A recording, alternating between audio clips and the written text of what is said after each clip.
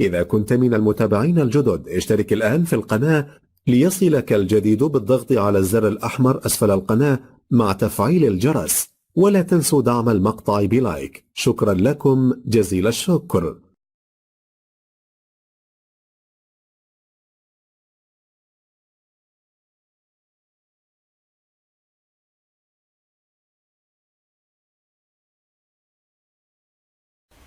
Hi Andy, do you want to come on in and have a seat? I'm Dr. Taylor, I'm the on-call psychiatrist for this afternoon.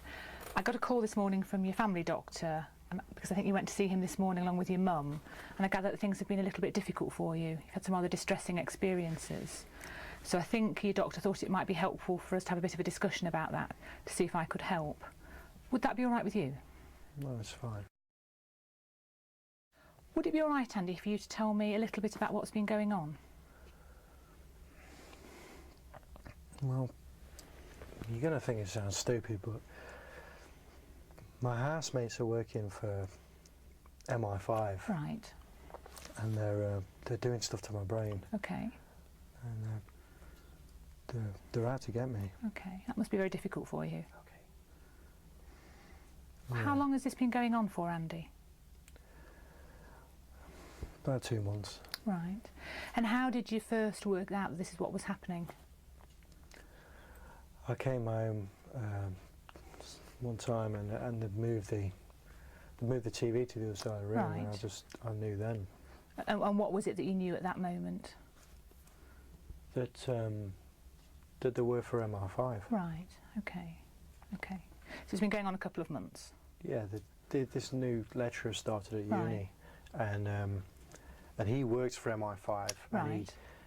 he basically drafted my housemates in, turned them Okay. against me. Okay. Yeah. Okay. Now I've noticed a couple of times while we've been talking that you've sort of looked round you into the room as if you're checking for something.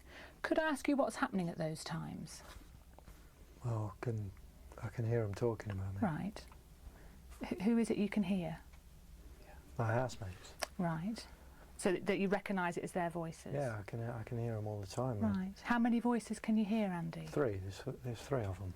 Okay. And do they sound real, like my voice sounds talking to you now?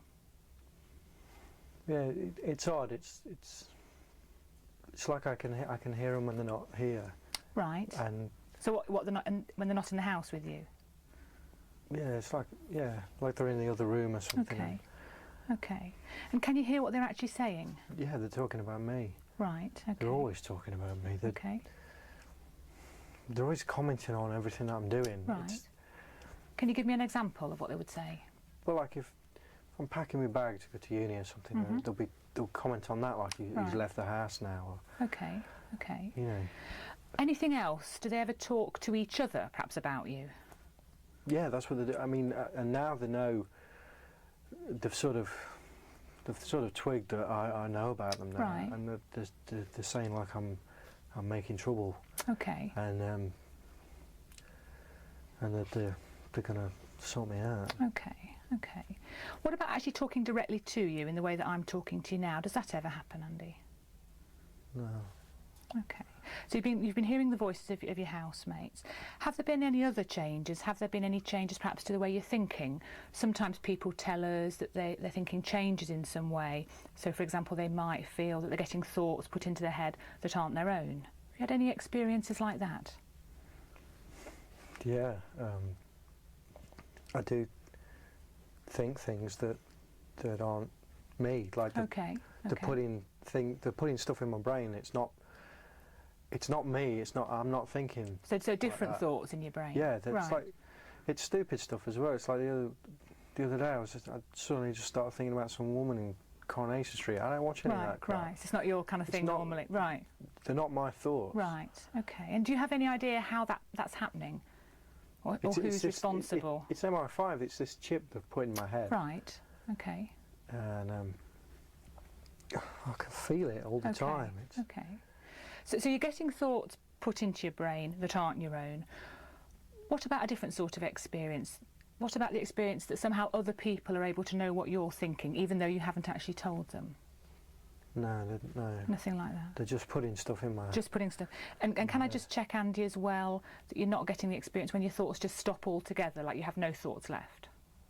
No, if anything, there's too much in there. I wish I could unplug it. Okay, okay. Just get this thing out of my head. Right. And you mentioned this chip or this device in your brain. Do you want to tell me a bit more about that? Well, it's a tracking device, so Right. they know where I am at all times, and I can feel it moving around, like rotating so you can around. feel the physical sensation in your Yeah. brain. Okay, okay. That must be very difficult for you. I don't know why they're doing this to me. I've done nothing wrong. Okay. Can I just check, are there any problems, Andy, with the rest of your body? Any changes in sensation or any bits that feel different in any way? No, I feel fine. I'm not. Right. I'm not ill or anything. I just want this thing out of my head. Okay. I mean, it sounds like a very difficult time for you. Can I ask you, Andy, how are you coping with all this? How's it affecting you? Well, I'm not really leaving my room much, and I sort of have to wait till they go out to go down and get some food. But they've been doing stuff to my food now. So okay. Well, what do you think's happening to your food? they're poisoning it. Right. Okay. Are you actually eating much at the moment? No. Okay. Now, with all this happening, and this sounds like you don't feel very safe, have I got that right? Okay. Have you felt the need, I don't know, to take steps to protect yourself in any way? Well, I've got a knife. Okay. And I've got like a baseball bat. Right. It's just in case they get in my room. I don't want to hurt anyone. I just feel like I've got to protect myself. It's like it's cornering me to do this. Right, okay. Have you felt the need to use either the knife or the baseball bat so far? To take it out with you for protection? No, I don't want to get caught. Okay, no, okay. It's just in my room. Okay. Has it ever got so bad, Andy, that you felt the need to hurt yourself or even kill yourself as the only way out, the only way of coping with this? Well, I thought about getting some pills, but I couldn't leave the house, so I didn't get anything. And when you say getting some pills, would that be to take an overdose of tablets? Yeah. But you've not actually done anything about that so far? Okay. In the past, have you ever had any problems either with your temper or getting into fights, being aggressive, either with your housemates or anybody else? No, I'm not that kind of person. I don't want to hurt anybody. They're just driving me to this. And can I just check again, you've not been in trouble with the police or anything like that? No, never. Okay. With all this that's going on, is there anywhere at the moment, Andy, that you feel safe? My parents' house. Right, okay. And have you seen much of your parents recently? Yeah, I thought about going back there, but I don't want to drag them into this. I don't want MI5 knowing about them. Right. And throughout this last couple of months, when you've had all these worries, have you ever worried that your parents might in some way be involved in this conspiracy? I thought about it, but no. Okay, okay.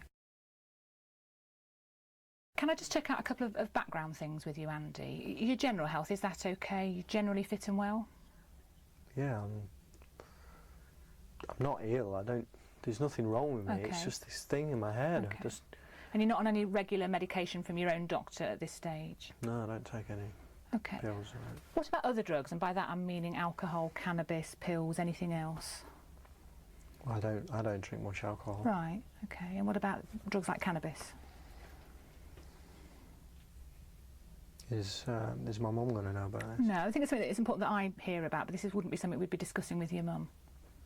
I smoke a bit of weed. Okay. Would that be regularly, so most days? Yeah. And how much would you be spending on weed? I don't know, get like a 10 bag, it lasts me a day or so. Okay. So you have a 10 bag lasting you a day of weed. Any other drugs? I'm thinking in particular things like speed or pills. Done a bit of speed. Okay. Is that on a regular basis, Andy? I used to go out with my mates at the weekend, would do a bit, but... Okay. When was the last time, Andy, that you had had any speed? About a week or so ago. Right. Okay. Any other drugs at all?